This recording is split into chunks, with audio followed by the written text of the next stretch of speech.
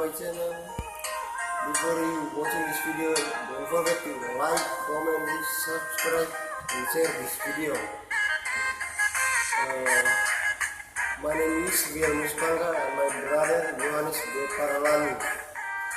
We from class F, and now we will go to Latin speaker. It's often argued that, at least in the parliamentary context, Britain is a classic two-party system, and has been so for a very long time.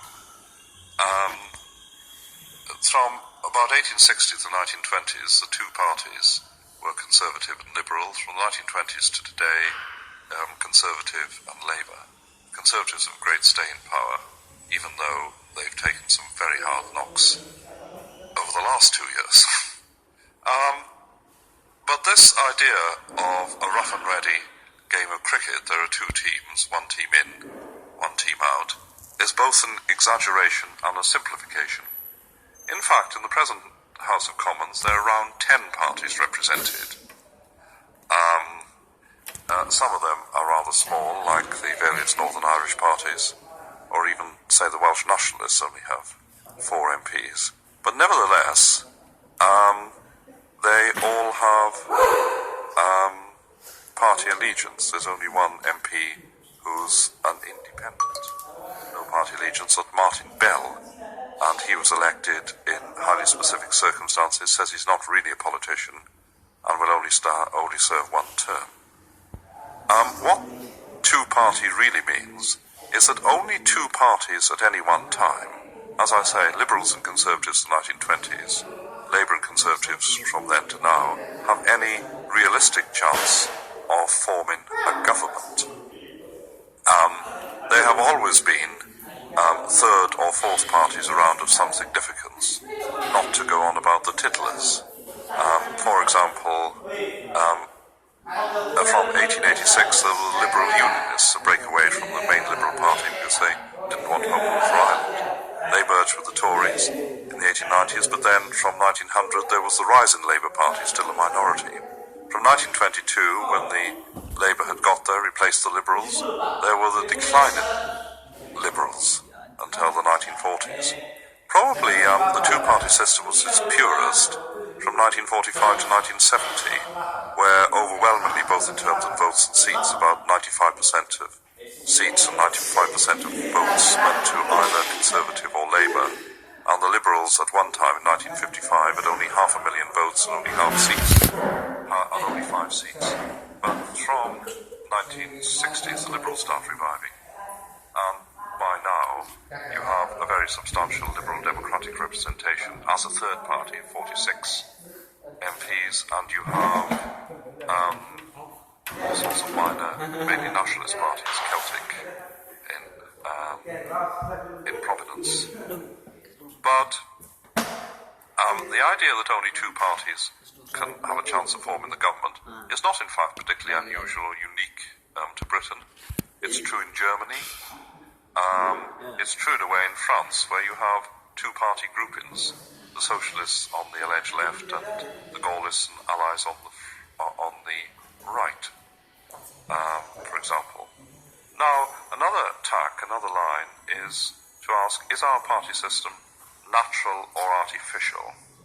It used to be defined by political scientists and sociologists around 1970 that a natural party structure was one based, crudely speaking, on class and income, social cleavages, while an artificial party system was more capricious, people voting, as some Marxist political scientists thought, frivolously or in a diversionary way. For instance, people voted for the Liberal Democrats simply because, or the Liberals simply because they were disillusioned with one of the main parties and they'd go back to one of the main parties. Well, in a way, the natural cleavage suited British politics into the 70s. Labour had overwhelmingly an industrial working class core of support, the Tories a middle class core of support, although the picture wasn't perfect. Other people voted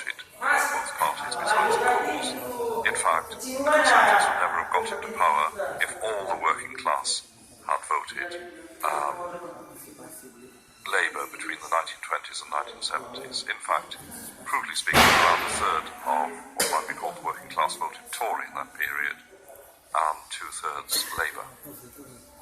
Our political parties have been formed historically in different ways.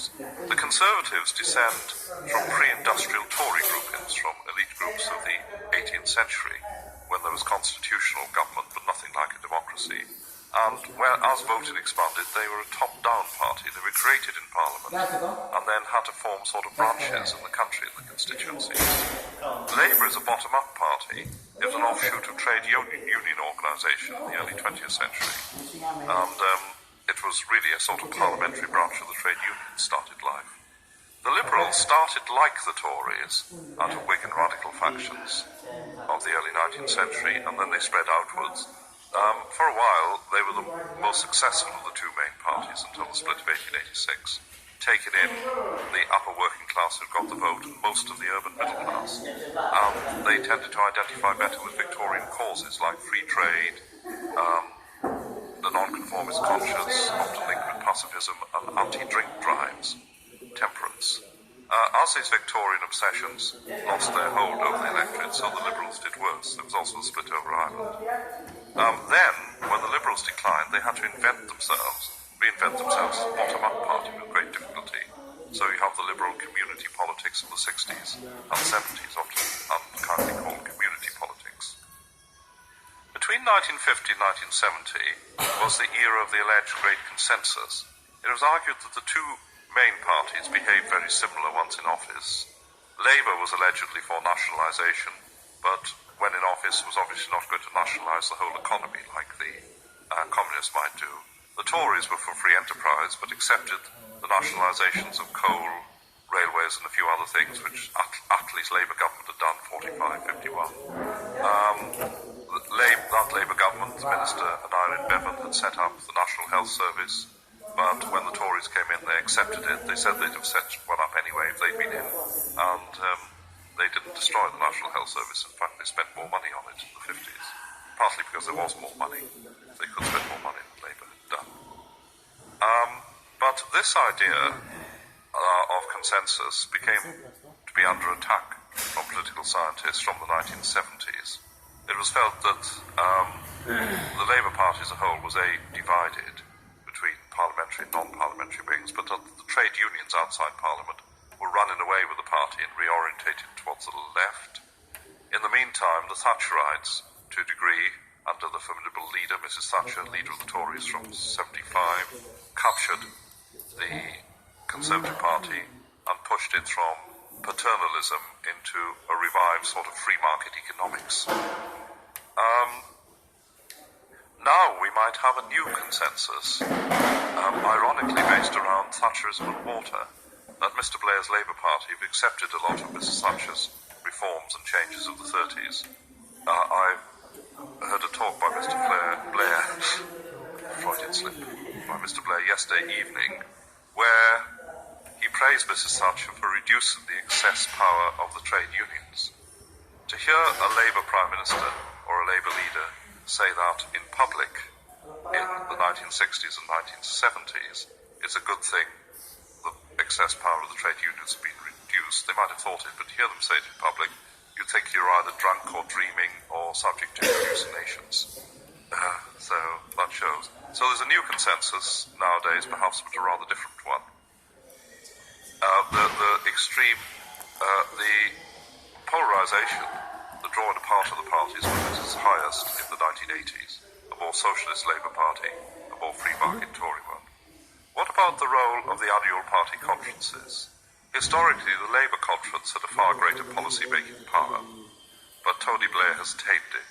It's now closer to the equivalents, while the Tory party conference was regarded as a sort of national rally, where the Tory elite politicians just cheered up the troops.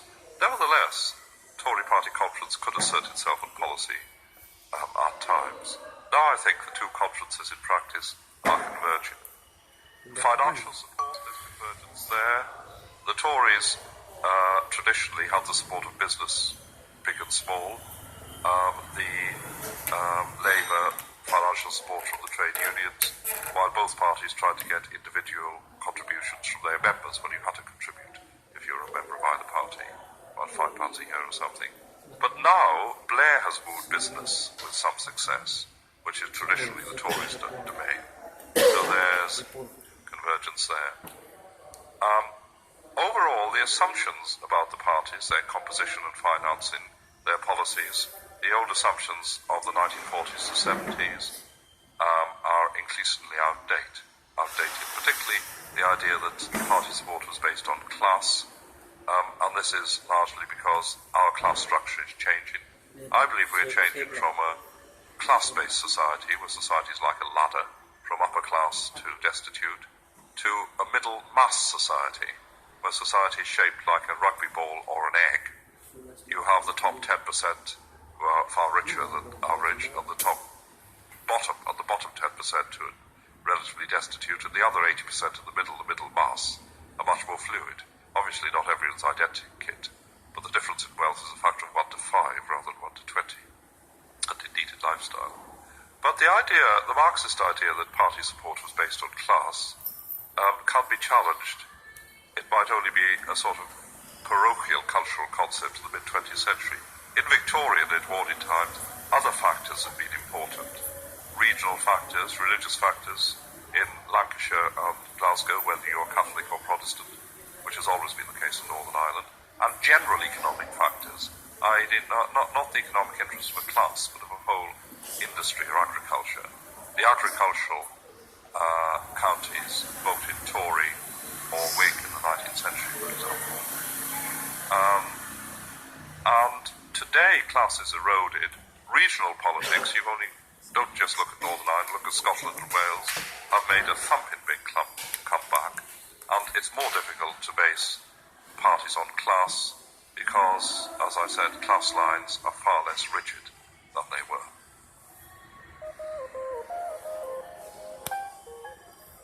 Okay guys, now my brother explain to the topic what's the native speaker say. Okay, brother. Okay, thank you. And now I want to explain what the native speaker said. The topic is British Parliament as to party system. And in this point is, and I will explain. This point is, and they are in British. They are in British. They are two party, and they want to be a king in Britain, and they always other fight in politics, and so the native speaker say is there's many problems. There's many problems in Britain when to party is they won't fight in politics, and the native speaker said this in this point is in Brits they are two party. They want to be a king in Brits. I think that's all. Thank you.